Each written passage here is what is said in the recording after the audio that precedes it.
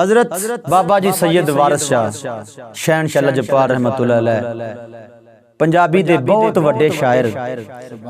सरकार ने अपनी किताब हीर वारिस शाह दे विच बाबा जी हजरत बाबा जी फरीदुद्दीन गंजे शकर रहमतुल्लाह अलैह पाक पतन वाली सरकार दी मनकबत लिखी, क्योंकि सरकार ने पाक पतन दरबार ते उस टाइम दे विच चिल्ला भी कटिया।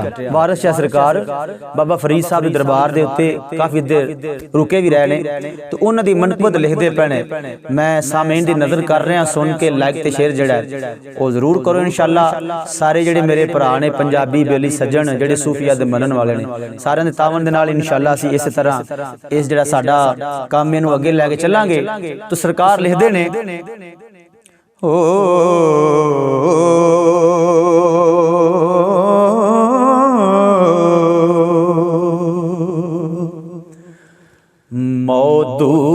मौदूद दा लाडला पीर चिश्ती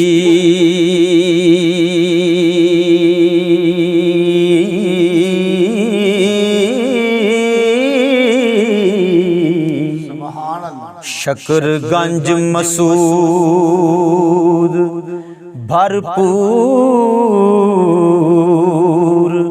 है जी,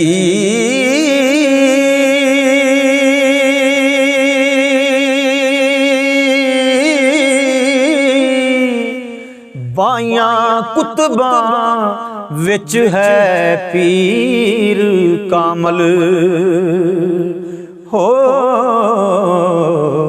जिंदी आजजी जोहद मंजूर है जी।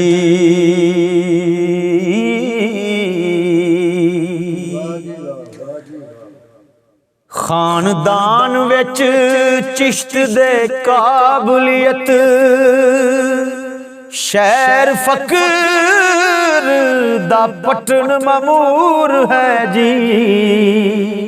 शकरगंज ने आन मकान कीता ते दुख दर्द पंजाब दा दूर है जी।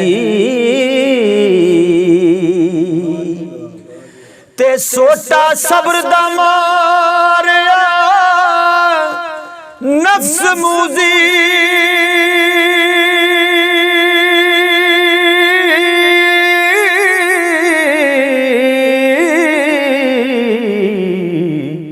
पबर पन कीता चकना चूर है जी।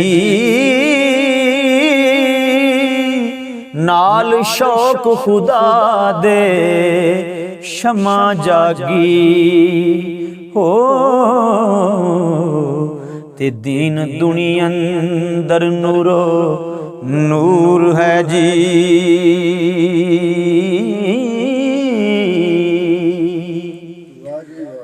गंज खोल के दौलतां वंडियां ने फैज़ आप दा फैज़ गंजूर है जी। नाल एक निगाह दे खादमानू होया तुरतली का हजूर है जी।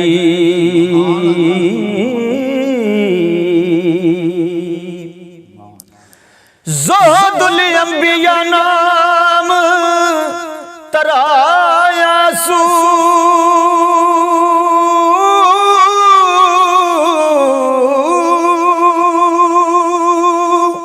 आप सबरी विच सबूर है जी। वारिस शाह फरीदो दीन उत्ते हो,